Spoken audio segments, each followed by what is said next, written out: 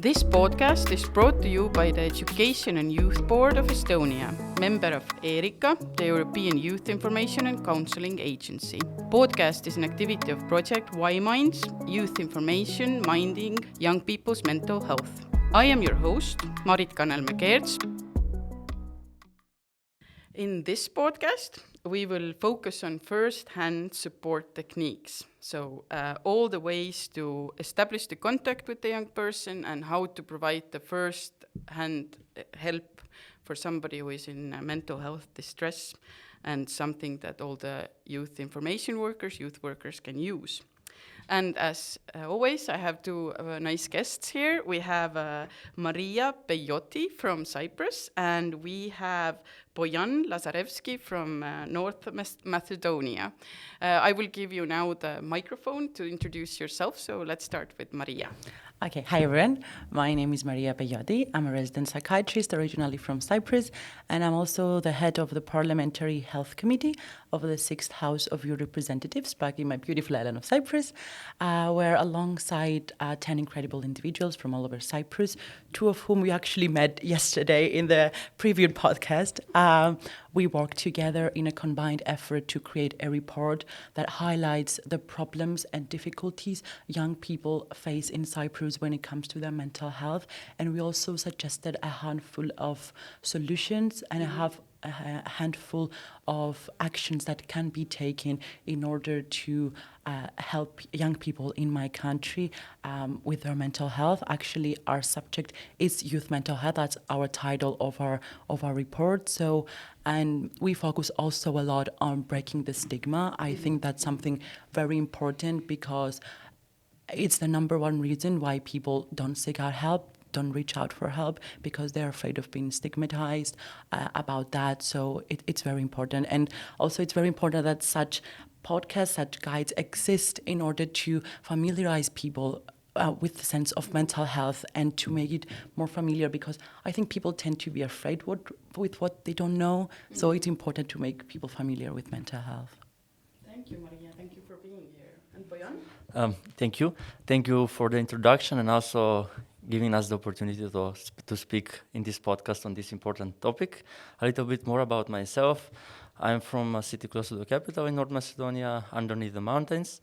I recently graduated in International and Intercultural Studies, an interdisciplinary program that, besides the other main points in the focus, it also covers NGOs and civil society sector, which is related to youth work. But besides my academic experience, I have also extensive background in NGOs since high school. But I cannot say that I'm a youth worker, so I'm more like representing the youth perspective today. Mm-hmm. And I recently also started working in the NGO sector in one organization as a networking and project coordination person, but also helping with the coordination of international volunteers. The NGO is created from youth and works by youth. Mm-hmm. It focuses on people with disabilities, young people with disabilities, but also on youth activism. Mm-hmm. And something close to youth information, I've been also part to the ERYICA Youth Ambassadors program as a youth ambassador for youth information and counseling. And yes, I'm this time representing the youth perspective in this person. So a lot of experience around this table. I'm very happy to be here with you. And we start because we talk about this first-hand support and the skills that youth workers need. First, kind of an introductory question for you. If you would have a goldfish that gives you one power and you can give one skill to youth workers, then what would it be? Bojan, what would you give to youth workers? I think that's a very interesting question. Maybe communication skills that are very important, first to make the youth person comfortable, but also to express the feelings in appropriate way. But also it's very important to have active listening that goes really in line with the communication. So I think these two components go one with another, and it's something that's very important to have as a skill for a youth worker addressing this issue. Yes, I already wish you would have the fish. But you, Maria? I think it would be the skill to empathize with the young person that they have in front of them, and the ability to, as Bojan said, to listen, to actively listen, with not being judgmental, to validate their experience, to be there to help them, and to try to see this experience through their perspective, through their lenses. So yes, I think that's the skill I would give them. Mm-hmm. Very nice. Already like dreaming of this world where that would be available. But when we talk about first-hand help, then are these two skills part of it? And maybe, Maria, you can share a bit of this whole overview of what does it mean then, this first-hand help in mental health?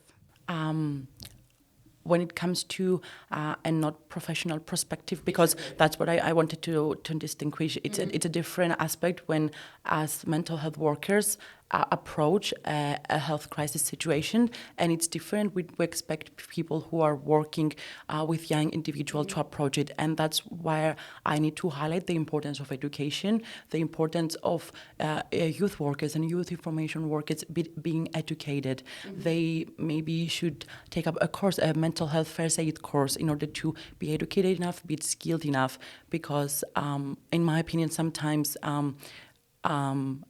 a wrong approach and a misinformation can cause more harm than good. I think when it comes to first-hand techniques, first and foremost, the most important thing is to approach the situation in a calm way, to approach the person very calm, not in a judgmental way, but with just trying to help and to acknowledge and to show that person that I'm here to help you and I'm here to guide you towards the right direction. And I think here it's important to draw the line between youth information workers and youth workers and mental health specialists. It's different. Each individual would approach it differently, but I think that there are a set of skills such as active listening, being there, being present at the moment, listening to them, validating their feelings, not being judgmental, not being stigmatizing towards what they are feeling. Because, and here I want to highlight something, youth workers sometimes are the first line of defense, because a young person might not be able to know where to reach out for help. So they might reach out to a youth worker or a youth information worker in seeking help in their journey towards getting help. So it's important for them to know where to redirect them, but also to be able to calm them down at the moment and to listen to them. I'd like actively listen to them, not only stay there and just function and listen to them, but actively listen to them and provide the help that they need. Yeah.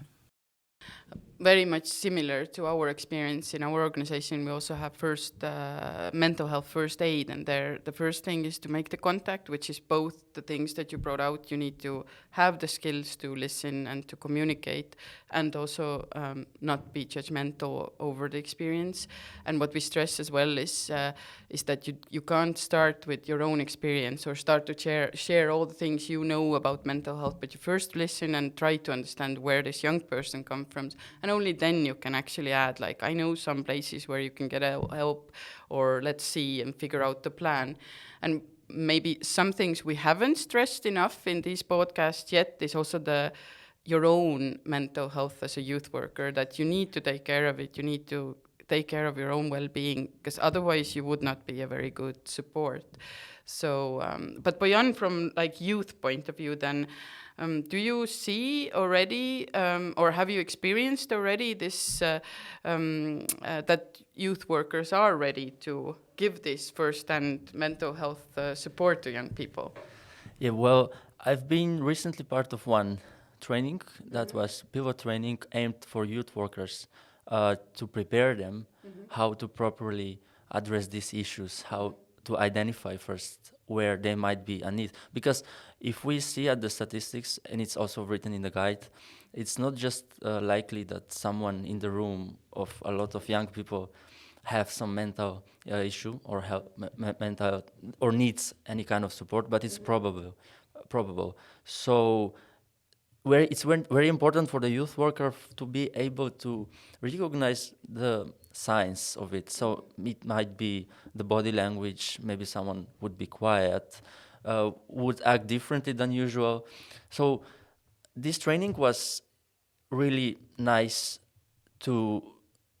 So this training was really important for youth workers, and I think such programs are more often promoted for youth workers, and participation in them, such trainings to the youth workers are very good to have as something that's more as an extra skill that they need to develop with the whole spectrum of skills that they possess already, because being a youth worker is not an easy thing, and it already covers a lot of different things, and this is an additional part of it. We also talked about it before, also to really draw the line, like what can you ask from teachers and youth workers? It's really the first hand help, and then the skill to refer them further, to support them to find extra help. But so I would also like to add the availability and accessibility.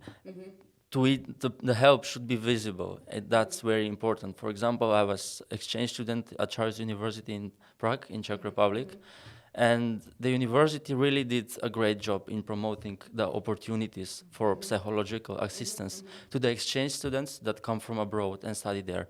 It was COVID time, but they have it even in normal circumstances.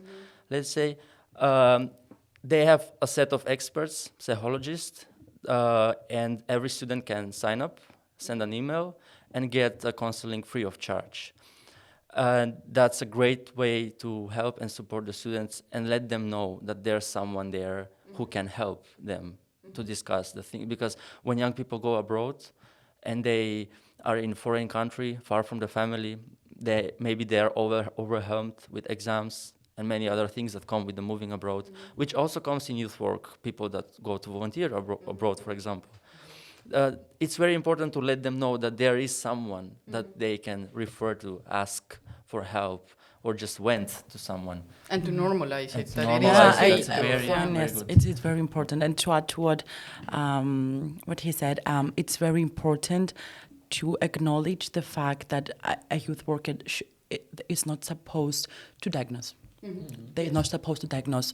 They should be able to know the information when it comes to their city, to their region, to their country, about the facilities that exist, about the places and the organization, and maybe a helpline that exists in their country that they can refer the young person if they're in need of help. And also what you said about normalizing it. It's time that we stop pushing it under the rug and pretend that it doesn't exist. Like, mental health is there, and after COVID, I think we became more comfortable in talking about mental health difficulties and mental health problems. And it's very important that the more we break stigma, the more people come forward, because I think, especially in young people, they sometimes are scared of being stigmatized, of being criticized as weak or as not being able to cope, which are that can be farthest from the truth, because it's not a sign of weakness. Reaching out for help actually is a sign of strength. Exactly. Yes, very much agree. And I think also with both of you mentioned, I think the same. I feel like if there was something good about this worldwide pandemic, it was the fact that we somehow gave the permission that people can actually feel stressed and lost and alone and confused. But the news is, in a sense, that it's always been like that, and it will be like that. People will feel distressed even if there's no pandemic, but somehow this pandemic really helped to bring out and to figure out new ways to help as well. So if there's something, then some crises actually do bring out some of the good things as well. But Maria, what do you think? Do you see in your experience, maybe from your own country or elsewhere as well, do youth workers have the skills? Is it understandable that part of their role is actually to notice and to then support young people when they're in need of mental health support? Here I want to highlight the importance of the organization or the company or the youth party that they work for. to provide their youth workers and their youth information workers with seminars, with first aid courses, with maybe experiential workshops where they can actively participate and learn those skills. I think, as we mentioned earlier, after COVID, mental health is becoming something we talk more about, and people are taking more courses. Maybe in their university classes, they're taking some courses regarding the signs or regarding how to approach a person when it's having a problem or a difficulty. But I think it should not only be the responsibility of each youth workers themselves, but their organization as well, in order to be able to provide their youth workers with such skills, in order to equip them with those skills, in order to be able to provide that help when it's needed. So messages, I think we don't have statistics from all the countries how well the youth workers are prepared, but you should not take it for granted. It's not a skill that comes with being a human being, but it is a skill that we can learn. And there's some techniques you can learn and so on. So Bojan, from your side, what do you think are the essentials of what young people then need from the space they come to youth work or to get youth information? Like what are the main things you would say that are most important to keep in mind? Well, I would take out as first the young people need to feel safe, first of all, to have a safe space and to be supported in a way. Because if they have such safe environment, they would be able to express themselves, their thoughts, their feelings, emotions freely and in appropriate way.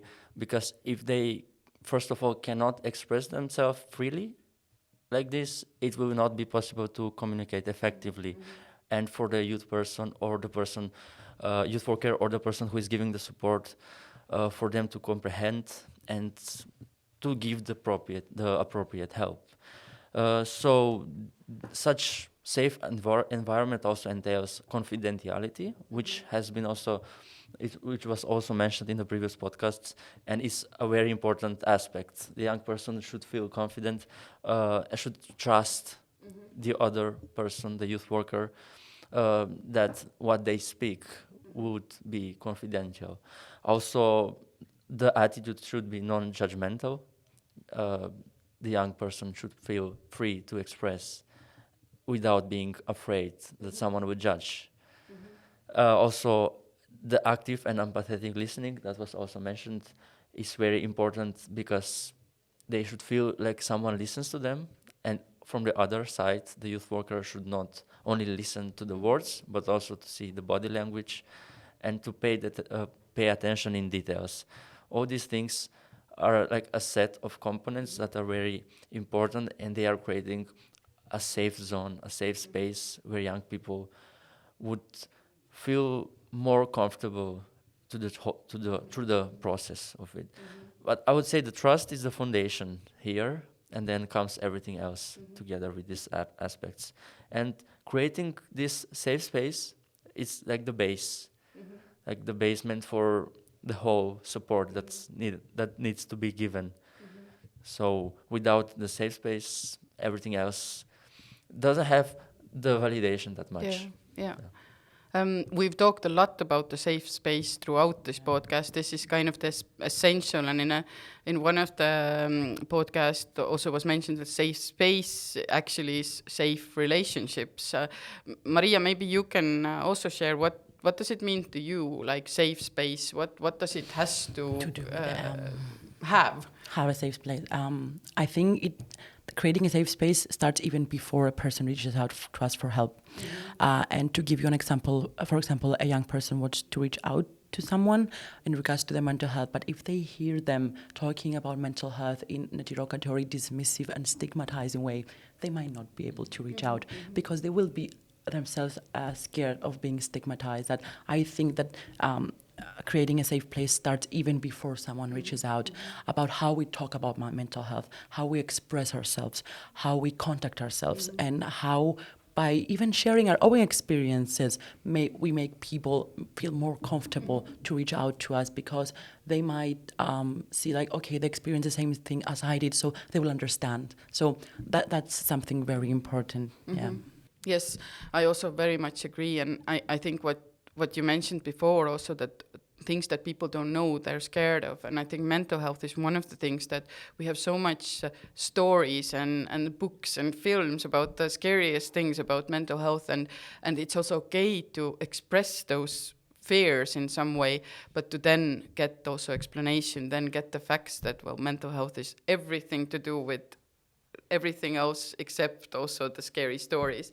So I mean, what I wanted to also add to your description is maybe safe place is also where young people can come with their stigmatized thoughts and to say like, but I'm scared, and what does it mean? And then there's some room for discussion and to get the answers, get the possibility to talk about these things. Because somehow they also bring in all the stuff they get from social media, from their families. So yes, and I very much agree that it starts from very much earlier than when young people come to to that space. But it's good that you bring it out. When we talk about the first, you wanted to add something, but no, okay. When we talk about really the first-hand help, Maria, can you share maybe few actual techniques or tips that youth workers can put to their toolbox? As we mentioned earlier, it's the importance of staying calm amidst a crisis. That it's important for you as a person to be calm in order to help the person in need find the solution that it's also needed. Another thing that is important is to assess the situation, and if it's an urgent situation, it has to immediately direct it to the right professionals when it comes to the urgency of the situation. And also I think it's de-escalating the event, trying to de-escalating what's going on and redirect that person to the right professional. As we mentioned earlier, we don't expect youth workers to diagnose. We don't expect them to treat. We expect them to be able to assess the situation, maybe calm things down and redirect them towards the right directions. And also to add to that, I think that also, youth workers should be able to make sure to take care of their own mental health, because if they're also not calm at such situation, things might get a bit difficult in that situation. Yeah. And the guide is very good. Yes, they're very good. You can get very clear first-hand information. All you need exactly. The fact that you don't need to know all the symptoms, you don't need to know all the diagnoses, you can just notice some of the changes in young people and already then receive help. But do you think, I think it differs, as I said before, it's like it's a spectrum, and it differs from case to case. There is not a textbook that tells you what to do in any situation. I think that every case should be addressed differently by its own circumstances and by its own differences. So I think that we have to be able to understand that every case differs from one another. It's a spectrum of situations that can occur that might need the help of a youth worker or a youth information worker. So there is not a textbook for how you approach these things. There are just some tips, tricks, and skills that people can accumulate over their life experiences, over their education, in order to be able to provide. But as we mentioned earlier, those kind of skills might be very general, but they are very effective when they're put at test, because when you stay calm and actively listen to a person who maybe is in crisis or who has experienced a difficulty, it's very important. And one other thing that I want to highlight, that actually it was mentioned, I was in the past few days in the European Psychiatric Congress in Budapest, and I watched a session about first-hand tools in destructive coping, and one thing that they mentioned is very important, it's to validate the other person's experience when they're talking about that. We should not have to be dismissive and validate that what they're going through is valid, and that we with our words and with our actions, we validate what they're going through. Even if we can't relate. It's also one thing that we say, that you first have to validate the feeling, that if somebody's feeling very distressed, there's no use of giving extra information or to share your story, but it's really to sit with the feeling and sit with that experience. So extra to these tips, Bojan, do you have some like experience or some ideas that what do young people expect? Like how, like if they are in a difficult situation, then what is something that they would hope that the youth worker knows how to do? Well, here I think it's very important to note that was also mentioned about the limitations for the youth worker, because if the situation is very difficult, also the youth worker should know that they are not therapists, so they cannot like fix every issue or provide help, appropriate help for every single issue. So in such cases and in certain circumstances, the youth worker should have someone else where they can refer the young person to continue for more professional help and guidance. So the youth worker should also be aware that they are not meant to provide every kind of help possible. I mean, they should try to be the first contact, but if it's not possible, they can provide with some other contacts, and because some situations require that. But from youth perspective, what might be expected from the youth workers is also having the up-to-date knowledge. Because youth workers might be in a different generation, and the issues that were more relevant in the time when the youth workers were teenagers or adolescents or young people, if they are older, might not be the same as the issues that young people are facing today. So besides the general knowledge about mental health issues, they should really learn not only once, but to keep learning as the time goes by, because the trendy things, the things that affect young people, the social media, for example, the internet, new things, new forms that affect the mental health, they change over time. And the youth workers should be aware of them in order to be able to first recognize them and then address them properly. So after that, they would be able to provide with the available resources. What we also talked about yesterday was also that actually this is the reason why youth information workers can be very beneficial in cooperation with youth workers, that they can share the information, they can go deeper into the new things, and then give the information to youth workers, that not everybody have to do their research on their own. And again, referring to the guidebook, this is for you to use, because there are people who have done the big work of looking out the most important things and putting it in a guide. So one thing I wanted to also stress when we talked about confidentiality, what we see in our work is also that we are also very quick to say to young people that what you will speak now will never leave this room, but there are some exceptions, and I think we also have to tell the young people that there are some exceptions when they are in harm for themselves or somebody else, or they are really in their thoughts are like suicidal thoughts and so on. Then youth workers do not have to keep this information for themselves. And also, maybe even more importantly, young people, if they hear from their friends some very distressful worries, that they can share, and they should share it with the adults, because there's like too many cases where young people try to manage very difficult situations on their own. So also that is one skill, I guess, that youth workers should have, what to do in a case of real crisis, and how to ask help from then the others who have learned it for a longer time.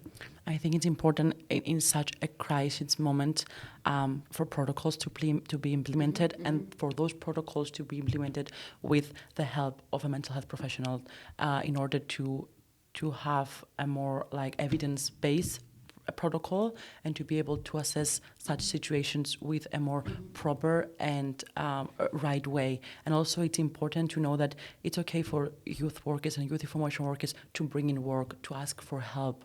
If they don't know something, they don't have to disclose and say what a person shared with them. But if they don't know how to handle the situation, they might ask for help as well. Yes. They might reach out to a professional and ask how can I handle something like that? How can I be prepared when a person reaches? So that's a very good skill to know where to reach out for help themselves for a situation they are handling. Yes, and maybe also to break the myth that maybe the healthcare professionals don't have time or wish to help, but I think there are several who are there to help, because also the quicker young people get help, the less work they will have as well, or they can work with the serious cases of distress and illnesses. That's the message we get. Like, please ask us. We are there. We can consult so that young people get help soon enough, and we are there to support. So even if you face with some professionals who say, I don't have time, I can't, there are always those who are actively involved as well. So we go into young people's experiences as well. And I will read you one of a testimonial of a young person and ask you to then reflect on that, and maybe possibly if you have some similar situations that you want to share, then we can do it. So the story of a young person goes like this.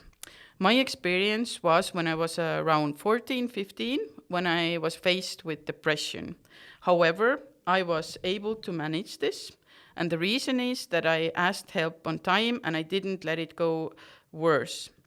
However, it is not easy for everyone to access mental health services, and this makes the situation worse. Having mental health support is very important to prevent even suicides as well. Therefore, it is also important to reinforce that mental health service is as any other healthcare service. So, thoughts from a young person who then faced depression and got help. Do you see this a lot in your work as well? Yeah, I think, yes, every mental health professional experiences this kind of situations. And I think it was mentioned about accessibility. Mm-hmm. And it's something that all mental health professionals are trying to find a solution with that, because not everyone has accessible, affordable mental health resources in their area, in their city, in the place that they live. So accessibility is a very important thing, and also it's an important skill for a youth information worker and a youth worker to have, to be well informed about where they can refer those people regarding the difficulty that they're experiencing, whether that's a helpline, whether that's a mental health services place for young people in their country, whether that's counseling, whether that's through a therapist or a psychologist. So to know this information upfront and to be ready to give them to that person in a way that they can use it in order to access help. Mm-hmm. We already talked about it in one of the episodes, but maybe you can also share, like, what else is maybe like the main worries of young people at the moment in terms of mental health? What do you see? When it comes to what are the difficulties they face? Yes, like what are the difficulties and maybe like the symptoms that you might notice in young people mostly? There are mood changes. There's a lot of stress and anxiety that people are actually facing, sometimes due to exams, sometimes due to school, sometimes due to expectations that society and families put on young people, and some people are not able to handle all of that. And also, some people have difficulties concentrating. They might have some self-harming thoughts. Like there's a spectrum of symptoms that people might experience. But the thing that I want to highlight is to seek out from help.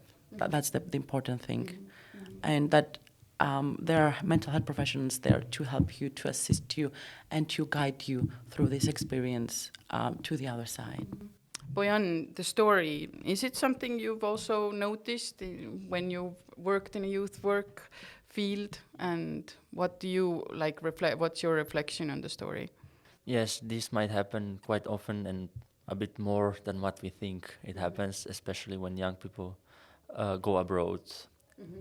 Whether if that's short term or long term, it's very likely that they go through something, and everyone is different. So every young person experiences the new surrounding and the new experience in a different way, and also everyone expresses their feelings differently. Some might be more open, more comfortable sharing it with someone else, but others, on the other hand, would be more closed, more introverted, and not so comfortable to share it and seek out for help. Here, it's very important to know for them that they have access to help, that there's someone who could help, and that there are also some resources. I think it's very important for young people to be also educated for this in advance, from very young age, for the self-help techniques that exist there. And guides such as this one are very useful in this regard. And online, young people can now find a lot of resources in this regard. So those things, like the education upfront, but also accessibility and knowledge that they can seek out to someone, are very important. It's maybe with a little bit of education for the youth workers, they could notice such changes maybe easily. It's still depending on the case, but if they pay attention to each and every one of the young people in the room or wherever it is, they might feel something and be open for them to show support. Yeah. You brought out also the self-help techniques or support yourself. Maria, I'll ask for you, besides the guide, two questions. Like, if you're a youth worker and you think, I don't know enough about mental health and the first-hand techniques, where can they get the skills and knowledge? There are several courses. Actually, there is one that I'm taking currently back in Greece, where I live, which is actually about early intervention in psychosis. It's towards more like mental health professionals, but there are several courses. There are several seminars that they can attend to. They can also do their own research on the internet, but be aware of misinformation and take each information and filter it. Sometimes it's very important to not take everything at face value and to filter it and to be able to see what's important and what might be a bit of a misinformation as well. And they can also reach out to professionals. Like, they can write down some questions, or maybe some organization can create a question form with a specialist. Like, they can bring a psychologist, a therapist, or a psychiatrist in the organization, or where young youth information workers and youth workers work, where they can write down the questions and ask them, because sometimes it might be a very small question, a question that it's very simple for a specialist to answer, but day-to-day life they don't know the answer. So it's very important to get the resources and the information from people that actually really know what they're talking about and that have the education to back everything up. Yeah. But some self-support tips. That answer was this was a very good answer. I'm so sorry. No. This was that's also part of the question. But the second question is also about the self-help. Like, is there something you can already suggest? Like, what are the main things a youth worker can do and teach the young people as well? First and foremost, as the saying said, do not bite more than you can chew. Do not try to do more than you are able to do, because it can cause harm to yourself as well. When we frequently fly, the flight attendant says you have to put on your mask first before helping others. So they have to make sure that they are doing well themselves, to be aware of their mental health as well, their personal difficulties that they're experiencing, and sometimes they have to draw the line of where they can help and where they cannot provide help. And that's a very important thing, to have limits in your life and to put them right where they are in order to protect yourself, because if you don't protect yourself and if you burn yourself out, you will not be able to help when it's needed. So that, and also to find ways to decompress. Because sometimes all this information, all this work, all this, it becomes overwhelming, because there are people that pile everything inside of them, and they should find a way to decompress, to let everything out, and to be able to help themselves be more calm, more relaxed, and to find their own balance. I think that's a very important skill to have, and to find a way, like maybe go for a walk or go to nature or go for a run, something that helps them release all the stress that comes with their work. Some self-help tips from your side. Do you think young people know and use those things already, or should there be more awareness on that topic as well? Honestly, I think it's getting more popular, especially with apps that are tailored for just aimed at mental health. For example, journaling, mind tracking, mood trackers. Such apps are, I think, they have increased popularity over the years. And they are really a nice way to track the mood over time. And sometimes writing down things and thoughts really helps you relieve your head. It's like you write it down and then you can like take it out of your head. This is especially important if someone can't fall asleep, for example. You can write everything down and get back to it the next morning, or maybe you will not, because before sleep you get a variety of thoughts that cause anxiety sometimes. So there are some techniques that work at the moment, such as the breathing techniques, and they might really help the young person feel more present, feel more energized, and to help the overall well-being at the moment. Or some of the methods work more long-term if they are practiced more frequently, such as also, I mean, they also work in the moment, but if practiced long-term, they have a better effect, such as meditation or mindfulness, which is a great technique, but it needs practice to get better, and because everyone can do it in their own way. So it's not like one thing that they need to do, that we need to do same as someone else tells us to do. As she mentioned, as Maria mentioned, physical exercise, running, being in nature, gym, whatever works, is very important for the body to release the negative energy, the stress, but also hydration, because we are 2/3 water in our body. We need to drink plenty of water to feel better, and I think it's underestimated the importance of this. Yeah, And a lot of the easy things actually are underestimated or taken for granted in some way, that we anyway do it, but sometimes we forget. And these are also the first thing to kind of disappear from your practice when you're not feeling well. So, and what I'm listening from you is that young people actually know and even can do more maybe, and stand up for their right to have these breaks and interventions. And maybe it's something also for the youth worker to learn from young people, that it's okay to have a walk and have a break and have a glass of water. So also to check, maybe what we also suggest is to write down all the things, because when you are stressed or in very stressful situations, you might forget, like, okay, what are the things that make me feel good?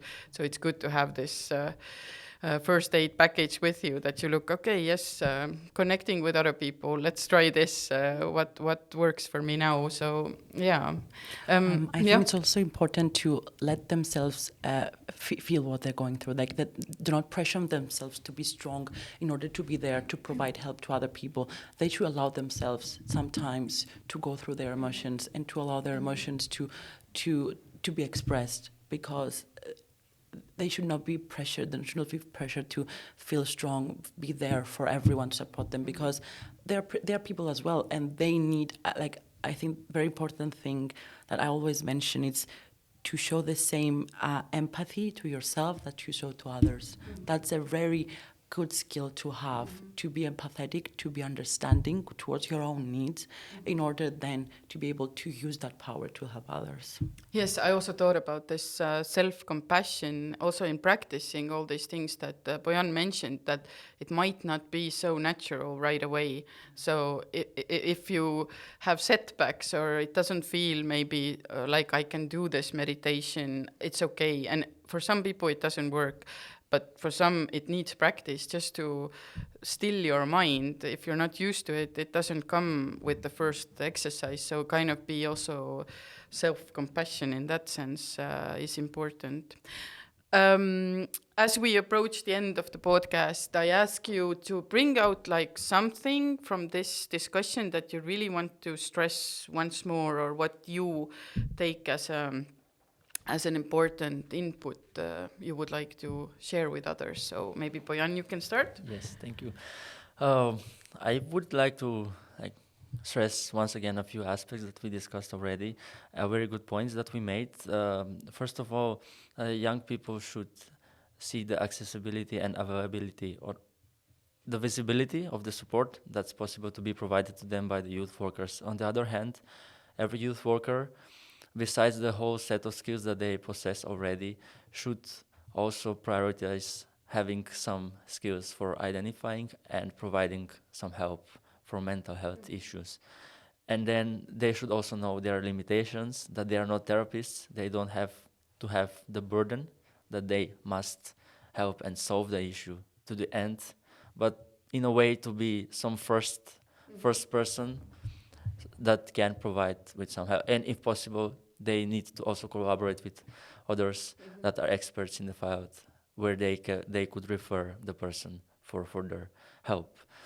For young people, it's also important to know the self-help techniques that they can use before reaching out, and maybe they will help them to fix the problem, and maybe they will not even reach out after that, because sometimes we think that the problem is bigger than it actually is, and with a little bit of attention, it can be solved. So I think these components might be important to keep in mind, and also the collaboration between, as you mentioned, agencies that work with youth information and youth workers, NGOs. They should share with each other the information to be up to date, because this is not something that can be learned once and forever, for always. And it's also not math. It's not always the same. It's always different. It's also part of social sciences. So it's always different. It's always evolving. So we need to have some knowledge, but always add new things up to it, and to take every experience on its own and not compare with each other. So I think that would be it. Thank you. Maria? To add to what Bojan said, I think he covered everything perfectly. Like as how Maria of what we talked today, but as a proud daughter of two teachers, I've grown up to understand the importance of education, when to want to master a skill, when to want to become, to be equipped enough to handle a situation. You have to educate yourself. As we mentioned earlier, misinformation can do more harm than good sometimes. So it's important to have the aspect of education, of training in a youth information worker or in a youth worker's life. Also, it's very important to relieve that stress from youth workers and youth information workers. They're not therapists. We don't expect them to diagnose. It's not their job.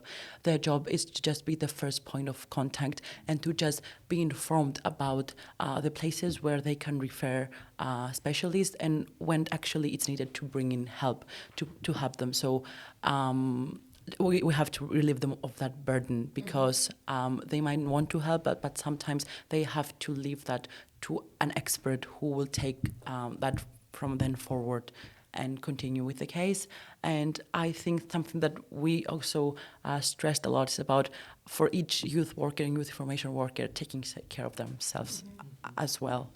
And about the first-hand support, that is our title. It's important to know it's not about skills. It's about how you conduct yourself, how you present yourself, and how you carry yourself through a crisis, through a situation. Yet you need to stay calm in order to provide help. So yes, I think for me, empathy, it's the most important thing. It's the most important skill that any person can have in their life, because if you're being pathetic, you are being able to see life and see through somebody else's, see a difficulty through somebody else's lenses, and in that way you will be able to provide a more holistically and more efficient way of help.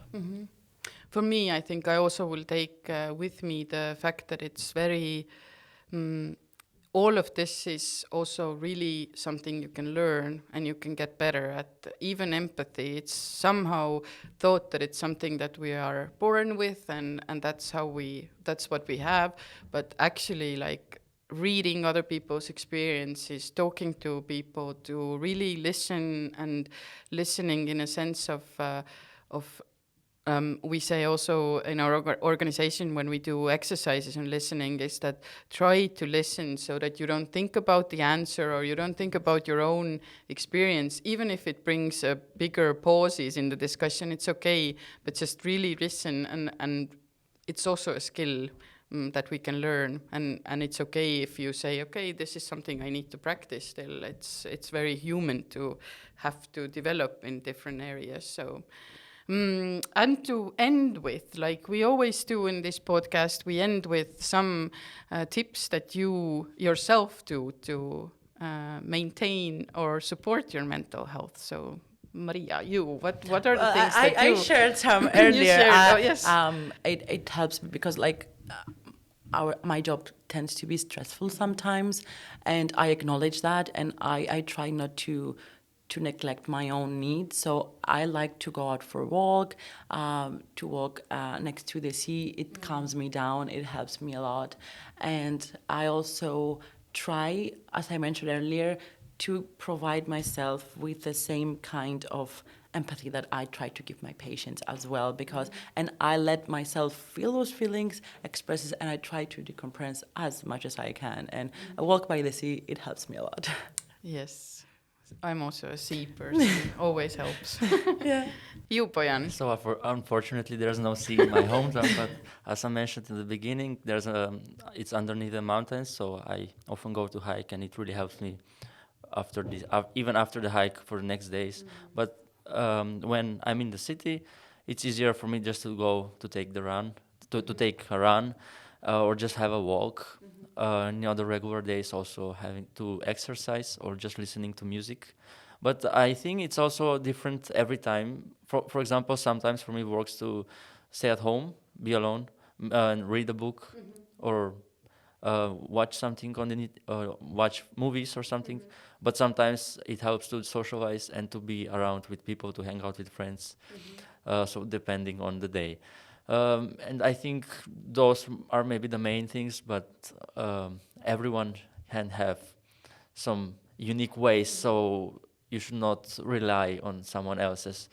But those would be the tips that maybe I'm using so far. But they are changing and evolving all the time. And it's good to hear, like, moving is becoming more and more like relevant in mental health, and maybe one thing as well, I liked you say that everybody has their own ways, and I think it's also kind of the self-compassion way that you can do weird things as well, or you can do lazy things. It doesn't have to be productive at all. You can just watch a series, binge watch a series if you have the need. So also not to think that you have to be like a social media app that does everything perfect, but just really find ways of relaxing. And for example, one more thing, I recently got parrots, so just listening to their sounds or playing with them really relaxes me. Yes. But for someone that might be a dog or a cat. Exactly. I have a dog. I have a dog actually, and I play with her, and it releases everything. That's so cool. We have cat people here, dog people, people, parrot people. So really, whatever is something that you do. And also for me, wonderful has been taking a trip to your countries in a way that everybody has described. Also the ways they go for a walk, and in every country it's a different scene. So it's a lovely way. And already that's also something we can do, is to use our imagination. Like, I've never been to any of the countries that, but I've seen the pictures, and already your mind goes to it. So just play with your minds as well, and let them take you to the trips that you haven't been to. You're more than welcome to visit if you want yes, to. Exactly. We can be guides. We can help you out. Very nice. So I think that's actually a very nice ending as well, that we are welcome to also visit the countries and to cooperate, because also the guidebook has been a cooperation of many countries, and kind of gives a good perspective of how somehow unique and somehow very similar the situation is with young people and mental health. So if you want to hear or read more, then there's a guidebook that's made for exactly this reason. So it's called the Mental Health Literacy in Youth Information Work, and it's on ERYICA's website, hopefully in different languages soon, but at the moment in English. And during our next episode, we will then talk really also about when is the time to bring in help from other services and what to do and how to approach the young people and support their way into then actually having a support from a mental health professional. And as this time and previous times, we will have 2 people with me and also a story from a young person. But I thank you.